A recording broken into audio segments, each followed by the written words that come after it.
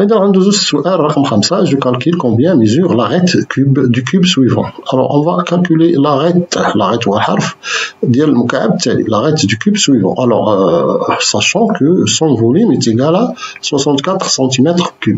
Alors pour répondre à cette question, on va voir les probabilités suivantes car on ne peut pas faire autrement. Donc la seule solution c'est on va tâtonner et on va commencer par donner à cette arête la mesure de 2 cm, ce qui veut dire que le volume va être 2 cm fois 2 cm fois 2 cm, il va nous donner 8 cm3. Donc le volume c'est 8 cm3. Nous avons 64.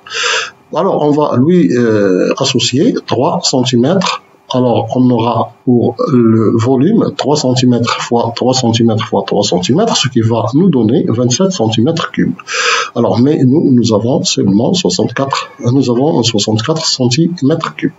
Alors, on va changer la mesure et on va donner 4 cm3. Donc, 4 fois 4, ça va donner 16 fois 4, ça va donner 64 cm3. Alors, c'est bien. Alors, on a trouvé la mesure exacte de cette arête, de ce cube. Donc, c'est 4 cm.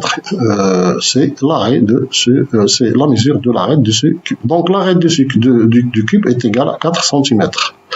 Alors, on va passer maintenant à la question numéro 6. Alors, dans cette question, on demande de calculer l'arête inconnue de chaque parallélépipède.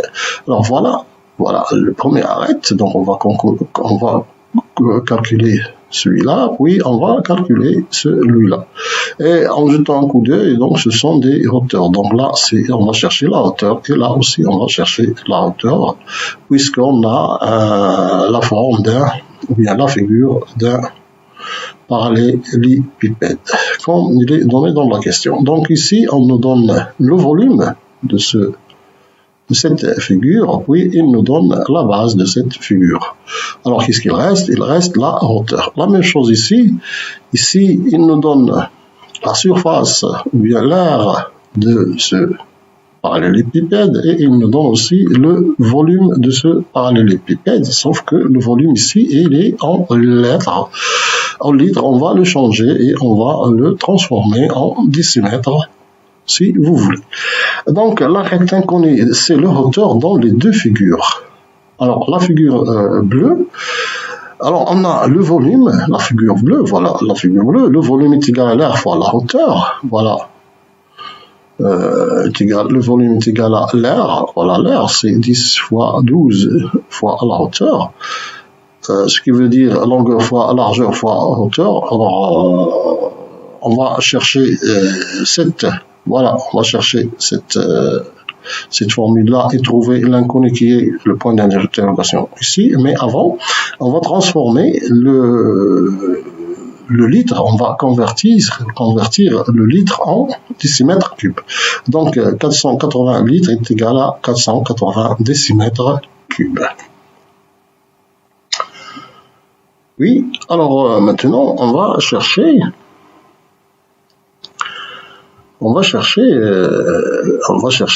cette arête ou bien cette hauteur. Alors, puisque le volume est égal à longueur fois largeur fois hauteur, donc on va remplacer le volume, on a 480 décimètres cubes, fois la longueur on a 12 décimètres, largeur on a 10 décimètres fois combien? Alors, ce combien est égal, alors on va chercher la hauteur.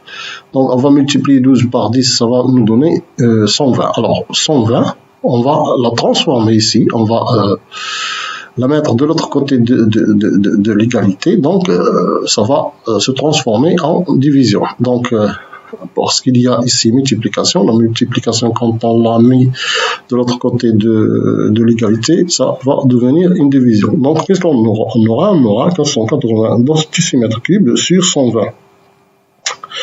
120 décimètres carrés, ça va nous donner 4 décimètres. Alors, la mesure de la hauteur de cette figure bleue est égale à 4 décimètres, comme nous l'avons trouvé. Maintenant, on va voir la figure rouge. Alors, la figure rouge, quand vous le connaissez, quand nous le connaissons, le volume est égal à l'air fois la hauteur. Alors, le volume, c'est 720. La hauteur, c'est 120. Alors, 720 cm3, la hauteur, c'est 120 cm3.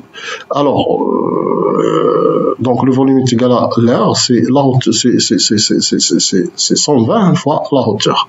Alors, l'air, c'est 720 cm3 fois est égal à la hauteur fois est égal à l'air fois la hauteur, ou bien la hauteur fois l'air. 120 fois la hauteur. Donc, la même chose. Donc, on va diviser 720 par 720 cm3 par 120 cm3. Ça va nous donner, comme vous le voyez, 6 cm3. Alors, la hauteur de cette figure est 6 cm3. Alors, pour la question numéro 7, un récipient a la forme d'un parallélépipède et contient 2,4 litres d'eau. L'air de la base du récipient est 400 cm3. Je calcule la hauteur du niveau de l'eau. Alors, comme vous le voyez, donc on a un récipient. Alors, le récipient, c'est d'un parallélépipède et contient 2,4 litres d'eau. Donc, ici, il y a 2,4 litres d'eau. L'air de la base du récipient est 400 cm3. Alors, voilà, l'air est égal à 400 cm3. Je calcule la hauteur du niveau de l'eau. Donc, je calcule la hauteur de 400 mètres. Alors pour cela, on doit convertir d'abord les 2,4 litres en centimètres cubes, puisqu'on a ici centimètres cubes, puisqu'on a ici centimètres carrés. Donc ça va nous donner 2400 centimètres cubes.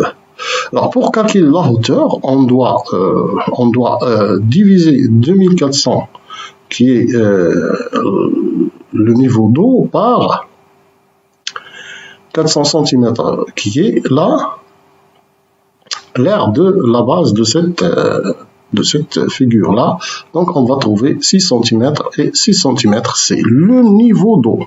Le niveau d'eau, et non pas la hauteur du parallélépipède. Donc, le niveau d'eau, donc on va trouver une hauteur de l'eau de cette 2,4 litres. Ici, on va le trouver avec dans une hauteur de 6 cm3. Mais cette flèche-là, ça consiste toute la hauteur de ce cube.